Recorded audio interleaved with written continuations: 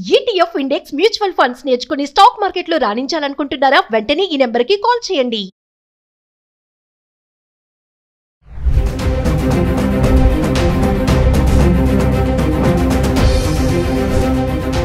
నమస్తే, welcome back to Suman TV. ప్రస్తుతం మనతో పాటు ఉన్నారు consumers affairs committee chairman Mandari Krishnareddy గారు. నమస్తే సార్. నమస్తే అమ్మా. సార్, మన అమెరికా వదిలి మన ఇండియన్స్ చాలా మంది బ్యాక్ వచ్చేస్తున్నారు.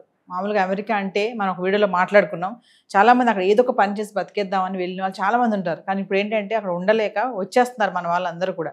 ఇదంతా కూడా ట్రంప్ ఎఫెక్టే అనుకోవచ్చా, ఇంకేమైనా కారణాలు ఉంటాయంటారా? 100% ముందు ట్రంప్ ఎఫెక్ట్ ఎక్కువ భాగం, కొంత భాగం ఏంటంటే ఏ ఎఫెక్ట్ కూడా కొంత ఉందని చెప్పుకోవచ్చు. కానీ ఇప్పుడు మాత్రం ఎక్కువగా ట్రంప్ ఎఫెక్ట్ ఎక్కువ కనపడుతుంది.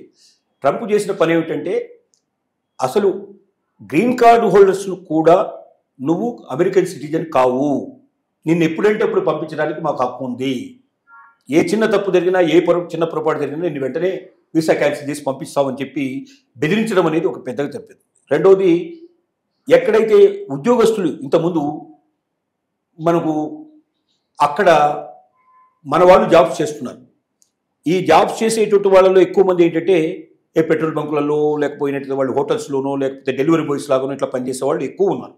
వ్యవసాయ కేంద్రాల్లో పనిచేసే వాళ్ళు చాలా ఎక్కువ మంది ఉన్నారు. వీళ్ళు గతంలో ఏం చేసేవాళ్ళు అంటే ఎక్కువ గంటలు పనిచేసేవాళ్ళు. వీళ్ళకి అన్ని గంటలు పనిచేయడానికి రైట్ లేదు.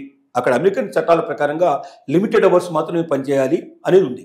వాళ్ళకి జీతం కూడా ఎక్కువ ఇస్తున్నట్టుగా చూపించాల్సిన అవసరం ఉంది. మరి అమెరికన్స్ని పెట్టుకుంటే చాలా ఎక్కువ జీతం ఇవ్వాల్సిన పరిస్థితి ఏర్పడుతుంది. కాబట్టి ఇండియన్ ఆపరేషన్లు పెట్టి వాళ్ళు ఒక రకంగా తక్కువ ఖర్చుతో నడిపించేందుకు ప్రయత్నం చేస్తూ ఉన్నారు వాళ్ళ వ్యాపారాలు. ఇప్పుడు ట్రంప్ తీసుకొచ్చిన చట్టాలన్నీ కూడా చాలా స్ట్రిక్ట్గా ఉండడం వల్ల అలాంటి వాళ్ళని అకామిడేట్ కష్టంగా ఉంది. కాబట్టి అలాంటి వాళ్ళని వెళ్ళిపోవాలని చెప్పి పంపించాల్సిన పరిస్థితి ఏర్పడుతుంది. చాలామందిని వీసాలు ఎక్స్టెండ్ చేసుకుంటూ అక్కడ ఉన్న వాళ్ళు చాలామంది ఉన్నారు. అంటే వీసా లేదు వాళ్ళకి, వాస్తవంగా 6 నెలలకు గడువుకి వెళ్ళారు, కానీ అక్కడే స్థిరపడిపోయారు. అంటే వాళ్ళందరూ కూడా ఒక రకంగా ఇల్లీగల్ ఇమిగ్రేట్స్ కింద లెక్క వాళ్ళు. ఇప్పుడు ఇంతకుముందు పెద్దగా ఎవరు పట్టించుకోలేదు. ట్రంప్ కన్నా ముందు ఉన్నవాళ్ళు బైడెన్ కానీ వాళ్ళు కానీ ఎవరు కానీ పట్టించుకున్న పరిస్థితిలో ఉంది. ఏదో వచ్చారు, ఒకసారి అమెరికా వచ్చారు, ఇక్కడ సెటిల్ అయ్యారు, ఏదో ఒక పని చేసుకొని బతుకుతున్నారు. ఇక్కడి వాళ్ళు కూడా చాలా అవసరం కదా అనే ఉద్దేశంతో దృక్పథంతో నడిచిపోయింది. కానీ ఇప్పుడు ట్రంప్ వచ్చిన తర్వాత అలాంటి వాళ్ళందరినీ ఏరి బయటకు పంపించేస్తున్నాడు. ఆయన పట్టుకొని బలవంతంగా సంకెళ్ళు వేసి పంపించేదానికన్నా మనంతరం మనం వెళితే చాలా బెటరు. అనవసరంగా ఇక్కడ ఉండి ఆ రకమైన అవమానంతో మనం వెళ్ళేదానికన్నా పోవడం చాలా మంచిది. ఎలాగో ట్రంప్ మనం బతకనియడు, 3 ఏళ్ల పాటు వెతికి మనల్ని పట్టుకుంటాడు. తర్వాత కూడా ట్రంప్ మీద విపరీతంగా ఒక రకంగా అంటే 2 రకాలు ఉన్నాయి. వ్యాపారాలు నష్టపోవడం వల్ల కొంతమంది వ్యాపారస్తులు వ్యతిరేకమైనారు. తర్వాత విపరీతంగా ట్యాక్సెస్ వేయడం వల్ల కొంతమంది కస్టమర్స్ అంతా కూడా వ్యతిరేకమైనారు. కానీ మళ్ళీ ఇప్పుడు ఏమైందంటే ట్రంప్ రాజీపడి ఈ ట్యాక్సెస్ అనేటువంటి బాగా తగ్గించేసేసి అందరితో రాజీపడి వాళ్ళు మన దేశం మీద వాళ్ళు మన దిగుమతుల మీద కూడా వాళ్ళు అమెరికా నుంచి పంపించే వాటి మీద కూడా మనం ట్యాక్స్ తగ్గించేటట్టు చేసుకొని ఆ రకంగా బెనిఫిట్ ఉభయత్రం వచ్చేట్టుగా చేశాడు. మొదట బాగా ఇబ్బంది పడ్డటువంటి అమెరికన్స్ కూడా ఇప్పుడు ఏం గ్రహించారంటే మన అమెరికాకు చాలా మేలు జరిగింది, మన ట్యాక్సెస్ కూడా ఇతర దేశాల్లో మన వస్తువులు ఎక్కువ అమ్ముకునే పాసిబిలిటీ ఏర్పడుతుంది, కాబట్టి మనం ఇండస్ట్రీస్ బాగా డెవలప్ చేసుకోవచ్చు, ఎంటర్ప్రెన్యూర్షిప్ డెవలప్ చేసుకోవచ్చు అనే ఉద్దేశం కూడా ఉన్నారు. కాబట్టి రోజు రోజుకి మళ్ళీ కొంచెం ట్రంప్కు సపోర్ట్ పెరిగే పరిస్థితి ఏర్పడింది.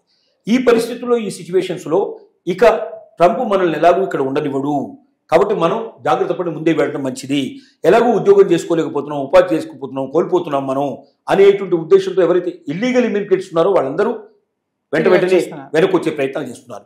ఈవెన్ ఏ ఎఫెక్ట్ కూడా ఉండడం వల్ల ట్రంప్ కాకుండా ఆర్టిఫిషియల్ ఇంటెలిజెన్స్ కూడా కొంత పని చేస్తుంది. ఎందుకంటే ఇప్పుడు మనం చూస్తున్నాం అక్కడ మనిషి చేసే పనిని అది చేస్తుంది. ముఖ్యంగా భారతీయులు ఎందుకు కోరుకుంటున్నారంటే భారతీయుల్లో లీడర్షిప్ ఉంది, భారతీయులు ఎగ్జిక్యూటివ్ చేసేటువంటి అవకాశం ఉంది. ఇప్పుడు మనం చూస్తే పెద్ద పెద్ద కంపెనీలందరికీ భారతదేశం నుంచి వెళ్ళిన వాళ్ళు, ముఖ్యంగా సౌత్ ఇండియా నుంచి వెళ్ళిన వాళ్ళు హెడ్స్గా ఉన్నారు. పెద్ద పెద్ద కంపెనీస్కి అందరికీ మనకు మైక్రోసాఫ్ట్ చూసినా లేకపోతే ఇంకోటి చూసినా ప్రతి కంపెనీకి మన వాళ్ళు హెడ్స్గా ఉన్నారు. అంటే ఒక పెద్ద ఆర్గనైజేషన్ నడపగలిగేంత లీడర్షిప్ క్వాలిటీస్ మన దగ్గర ఉన్నాయి. కానీ ఏ వచ్చిన తర్వాత ఎవడు నడపాల్సిన అవసరం లేదు, ఏ నడుపుతుంది కావాలంటే అనేటువంటి పరిస్థితులు ఏర్పడిన తర్వాత అలాంటి వాళ్ళకు కూడా భయం పట్టుకుంది.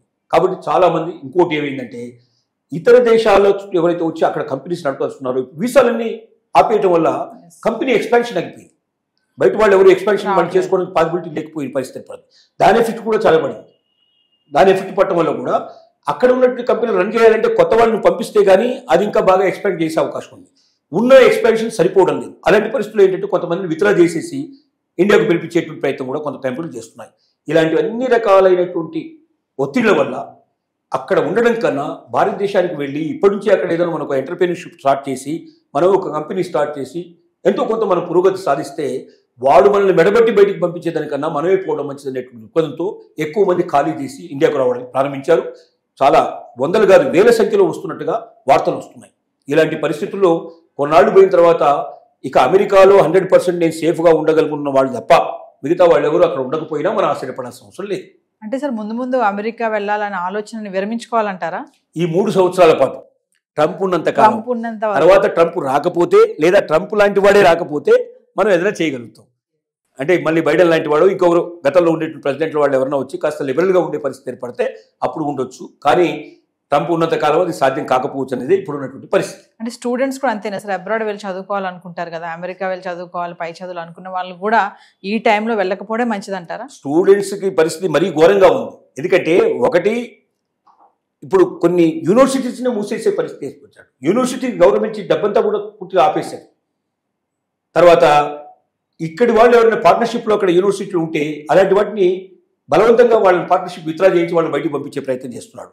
తర్వాత స్టూడెంట్స్కి వాళ్ళు అక్కడ కొంతకాలం అంటే అయిపోయిన తర్వాత కూడా వాళ్ళు ఉండడానికి ఒక 2 3 ఏళ్ళు ఉండడానికి ఇంతకుముందు అవకాశం ఉండేది. అలా ఉండి వాళ్ళు జాబ్ సెర్చ్ చేసుకోవడానికో లేకపోతే ఇంకా పై చదువులు చదువుకోవడానికో అవకాశం ఉండేది. ఇప్పుడు అది లేదు.